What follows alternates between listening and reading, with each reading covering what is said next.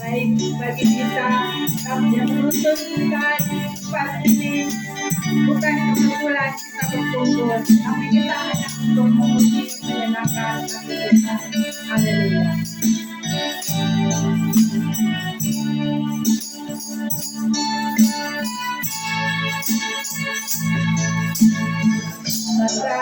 Kasih-Mu Tuhan,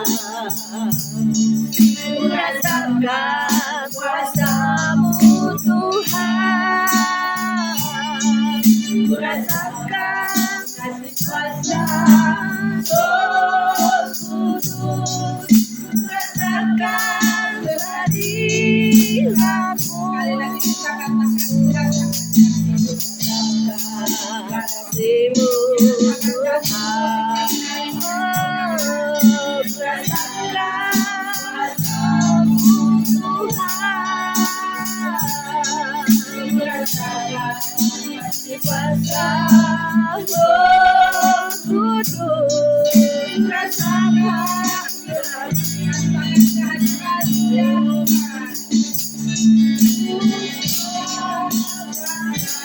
Kuasa-Mu Tuhan, mujizat terjadi di tempat ini. Rasakanlah Tuhan, mujizat terjadi sekarang ini. Memulai ibadah kita lagi bersama-sama. Sebelumnya kita berdoa dulu. Terima kasih Tuhan Yesus untuk kasih setia-Mu Tuhan, penyertaan-Mu sepanjang pagi. Kami mengucap syukur Tuhan. Kami akan membuka ibadah ini lagi ya Tuhan. Berkati kami, berkati semua Tuhan. Dalam nama Yesus kami berdoa. Amin.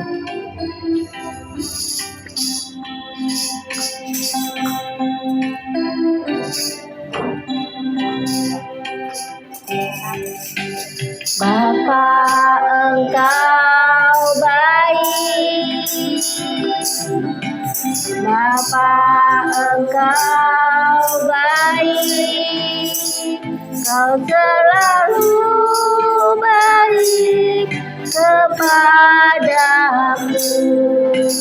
Bapa ku cintakan, Bapa Engkau baik, Bapa Engkau baik, Kau selalu baik kepadaku. Bapa ku cintakan,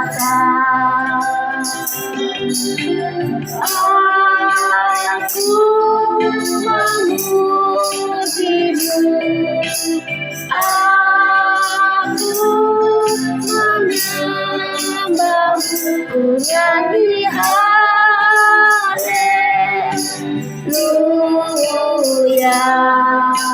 Bapa-Ku cintakan, Bapa-Ku memuji-Mu, aku menyembah-Mu, nyanyi haleluya.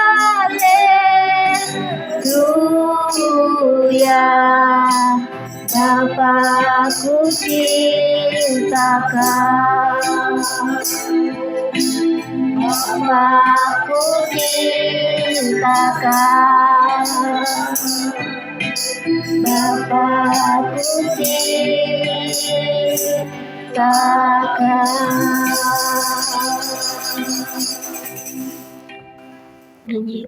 Ya, kita akan menaikkan nyanyian pujian untuk firman Tuhan. Kita akan menaikkan pelita bagi kakimu, firman Tuhan pelita bagi kaki. Mari kita berdiri untuk menghormati firman Tuhan.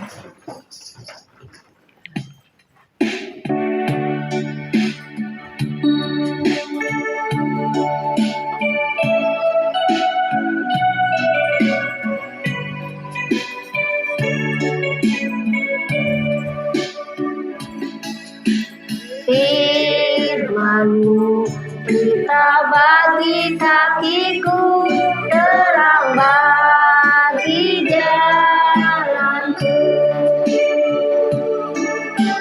Firman-Mu pelita bagi kakiku, terang bagi jalanku.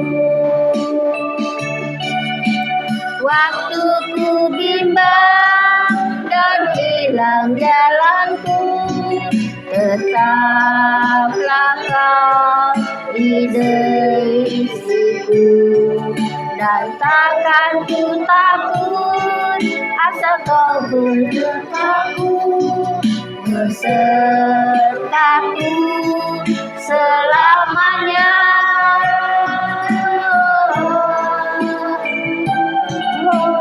Firman-Mu pelita bagi kakiku, terang bagi jalanku. Terang bagi jalanku. Terang bagi jalanku.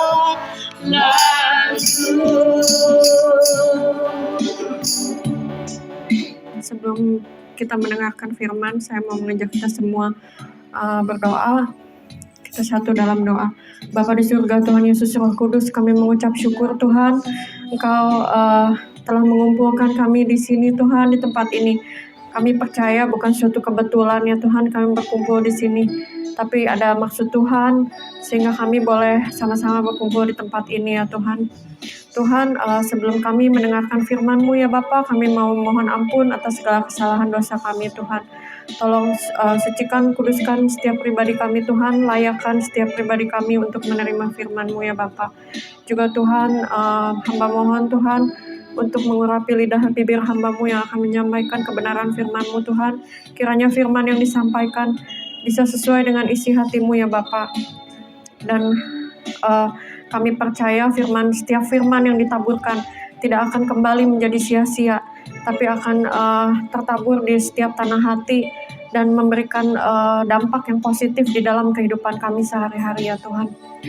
Tuhan, kami minta perlindungan-Mu Tuhan, tolong tutup bungkus ruangan ini Tuhan, kiri kanan depan belakang atas bawah Tuhan, tutup bungkus dengan kuat kuasa darah Yesus yang suci dan kudus. Tuhan, tolong pagari dengan malaikat terang yang dari Tuhan Yesus. Jauhkan Tuhan dari segala macam roh jahat, tidak ada satupun kuasa gelap roh jahat yang dapat memasuki ruangan ini tanpa seizin Tuhan. Dalam nama Tuhan Yesus kami siap mendengarkan firman-Mu ya Bapa. Dalam nama Tuhan Yesus kami sudah berdoa dan mengucap segala syukur. Haleluya, amin. Ya, saya persilahkan kembali duduk.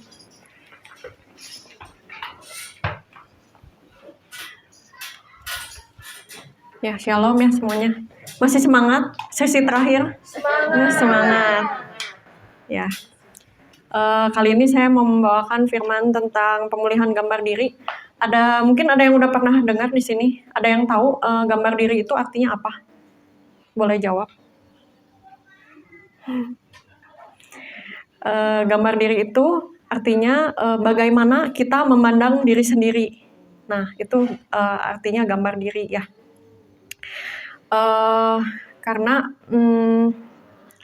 kenapa saya memilih untuk membawakan firman tentang ini, karena banyak dari kita ya, dari baik itu orang percaya maupun orang nggak percaya, banyak dari orang-orang yang gambar dirinya tuh buruk atau rusak gitu, sehingga mengakibatkan banyak orang yang tidak bisa mengenali panggilan hidupnya.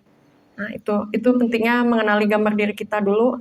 Terus kalau ada yang mungkin ada yang salah dengan gambar diri kita, atau ada yang buruk, ada yang rusak, itu masih bisa diperbaiki, masih ada waktu untuk memperbaikinya. Yang pertama, kita sama-sama dengarkan dulu ya, bagaimana manifestasi gambar diri yang buruk. Ini ada 10 poin. Kita nggak usah tunjuk kiri kanan ya, kita evaluasi diri masing-masing. Apakah mungkin salah satu dari ciri ini ada di kita masing-masing? Nah, itu. Yang pertama, manifestasi gambar diri yang buruk adalah seringkali merasa tidak aman atau insecure. Yang kedua itu suka mencela orang lain, ada yang terlalu mungkin terlalu sering mengkritik orang lain, terus suka membanding-bandingkan diri dengan orang lain dan tidak senang atas pencapaian orang lain, seringkali iri gitu ya. Ini juga salah satu bentuk insecure. Yang ketiga itu merasa minder. Sangat pemalu atau tidak percaya diri. Kalau pemalu aja mungkin wajar ya, tapi kalau sangat pemalu itu nggak wajar. Yang keempat itu takut terhadap penolakan dan kegagalan. Yang kelima, selalu merasa dirinya kurang baik. Highly self-critical atau tidak pernah puas dengan diri sendiri atau pencapaian diri. Terlalu perfeksionis. Ya, apa saja yang dilakukan diri kita itu berasa tidak cukup baik. Selalu saja kurang. Nah, itu salah satu ciri juga gambar diri yang buruk. Yang keenam, tidak ada self-respect atau tidak menghargai diri sendiri. Yang ketujuh, walaupun sudah jadi pengikut Kristus, sulit mengasihi diri sendiri ataupun orang lain. Kedelapan, bingung terhadap identitas diri, selalu sibuk mencari jati diri. Kan ada tuh ya orang yang bingung dirinya nih siapa ya gitu, tidak mengenali diri. Nah itu kadang sampai usia tua itu masih mencari-cari jati diri, masih sepertinya bingung saya ini siapa identitasnya. Terus yang ke-9, selalu dihantui masa lalu yang pahit atau traumatis. Dan yang ke-10, ada dosa yang membuat orang itu berpikir dan melihat dirinya sebagai orang yang gagal, tidak baik dan sebagainya.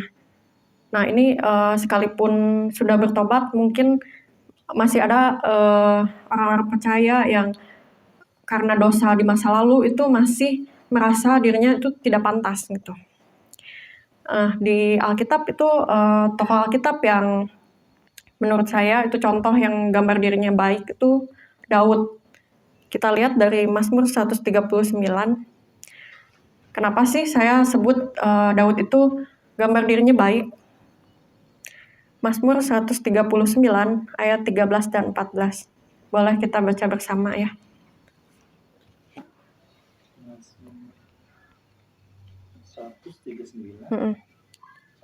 Ayat 13-14.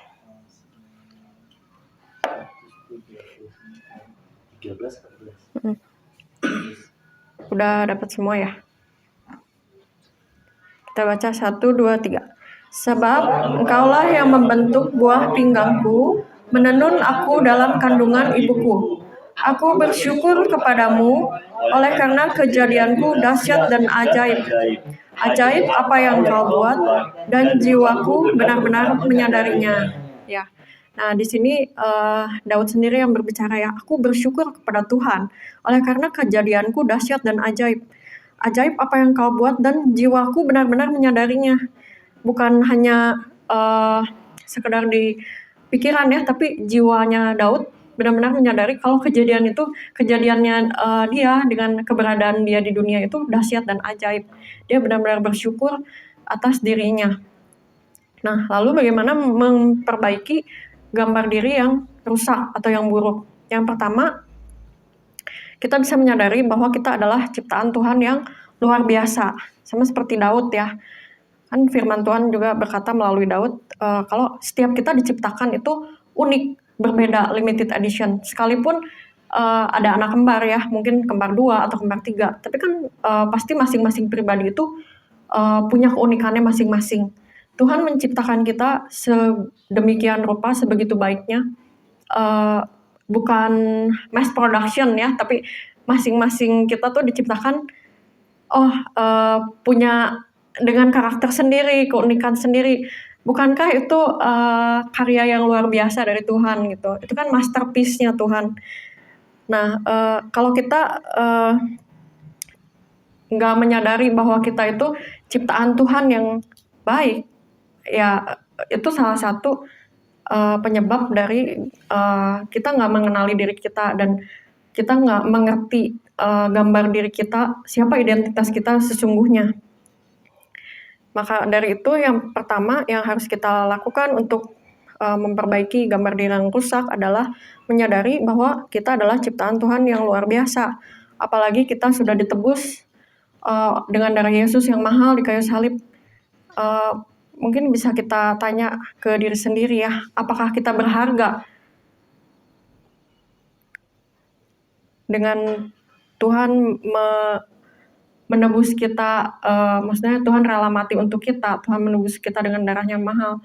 Berarti kan setiap kita itu berharga di matanya. Yang kedua, untuk memperbaiki gambar diri yang rusak, itu dengan cara bersyukur dengan keadaan diri kita, dengan segala keunikan kita. Setiap manusia itu pasti punya kelebihan dan kekurangan masing-masing. Tinggal gimana kita mengenali kelebihan dan kekurangan itu. Gak mungkin Tuhan ciptakan satu manusia itu isinya kekurangan semua, nggak mungkin. Pasti ada kelebihannya ya, walaupun satu atau dua gitu. Nah, tinggal gimana kita mengenali kelebihan kita itu, terus kita mengeksplor kelebihan itu. Sebenarnya dengan tidak bersyukur atas keadaan kita, baik itu dalam bentuk fisik atau dan lain-lain, itu merupakan bentuk ketidakpuasan atau bahkan pemberontakan kepada Tuhan secara tidak langsung. Loh, kok bisa se-ekstrim itu ya, sebagai bentuk pemberontakan? Kita baca dari Roma 9 ayat 20.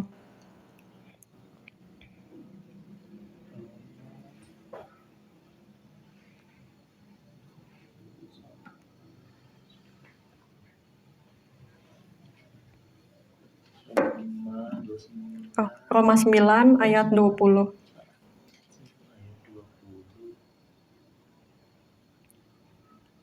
Oke, kita baca ya. 1, 2, 3. Siapakah kamu, hai manusia, maka kamu membantah Allah? Dapatkah yang dibentuk berkata kepada yang membentuknya, mengapakah engkau membentuk aku demikian?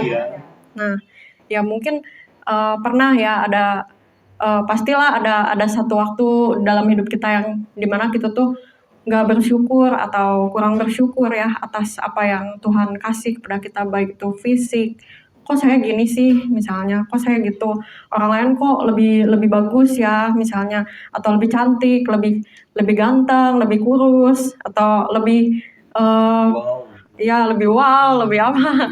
Pasti ada kan satu momen itu. Nah, ternyata tanpa kita sadari itu adalah bentuk ketidakpuasan yang merupakan pemberontakan kepada Allah. Mengapa engkau membentuk aku demikian?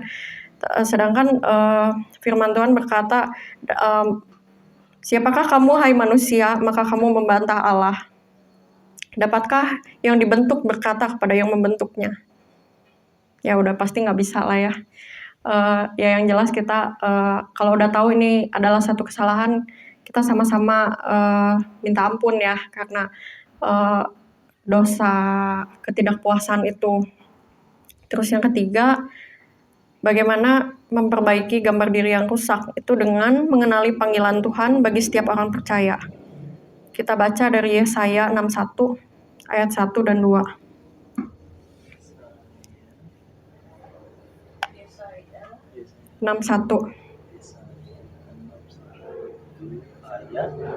Satu dan 2.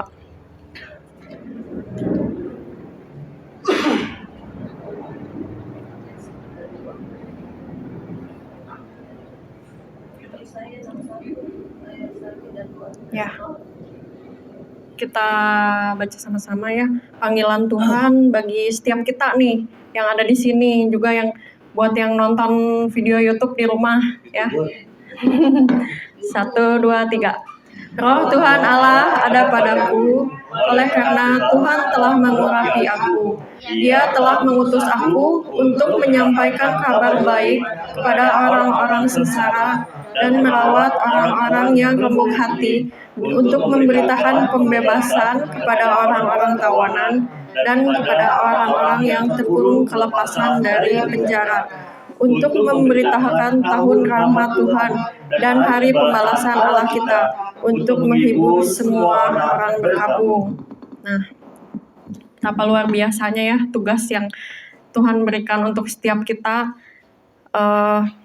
orang percaya, bukan cuma untuk menyampaikan kabar baik, tapi juga merawat orang yang remuk hati, memberitakan kebebasan kepada tawanan, juga untuk memberitakan tahun rahmat Tuhan, untuk menghibur semua orang berkabung. Jadi tidak ada satupun dari kita yang diciptakan oleh Tuhan itu sia-sia. Semua orang itu harus menggenapi panggilannya, mencari panggilannya selagi kita masih punya waktu ya, selagi kita masih hidup.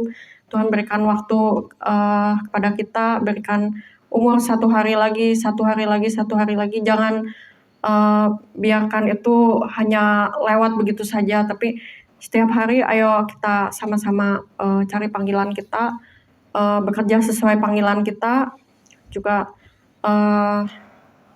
memenuhi tugasnya seperti di Yesaya 61 ini. Kita semua memiliki masa lalu ya, dan semua manusia pasti pernah berdosa dan berbuat kesalahan. Namun tidak berarti nilai kita atau seberapa berharganya kita ditentukan oleh masa lalu kita. Saat kita sungguh-sungguh bertobat dan beriman kepada Yesus, percayalah bahwa Tuhan mengampuni dosa dan pelanggaran kita. Ia menjadikan kita ciptaan yang baru yang terus-menerus disempurnakan sesuai dengan gambar Kristus. Oleh karena itu, milikilah gambar diri yang tepat, sesuai dengan bagaimana Tuhan memandang kita. Bukan bagaimana kita memandang diri kita, tapi kita harus punya gambar diri itu sesuai dengan Tuhan, bagaimana Tuhan memandang kita. 1 Korintus 5 ayat 17, firman Tuhan berkata, "Jadi siapa yang ada di dalam Kristus, ia adalah ciptaan baru. Yang lama sudah berlalu, sesungguhnya yang baru sudah datang." Jadi siapapun yang sudah percaya Yesus dan sudah bertobat, itu setiap kita itu ciptaan yang baru, bukan yang lama gitu. Ya masa lalu atau dosa masa lalu ya dikubur. Dan Tuhan udah nggak memperhitungkan itu lagi kalau memang kita sudah bertobat sungguh-sungguh. Nilai kita seharusnya ditentukan oleh Allah Bapa di surga ya, yang menciptakan kita, bukan dari kesalahan dan dosa kita di masa lampau, bukan dari kegagalan kita ataupun penilaian orang lain. Karena Tuhan mengasihi kita apa adanya dan semua manusia berharga di matanya. Sekian firman Tuhan. Kita lanjutkan sesi selanjutnya.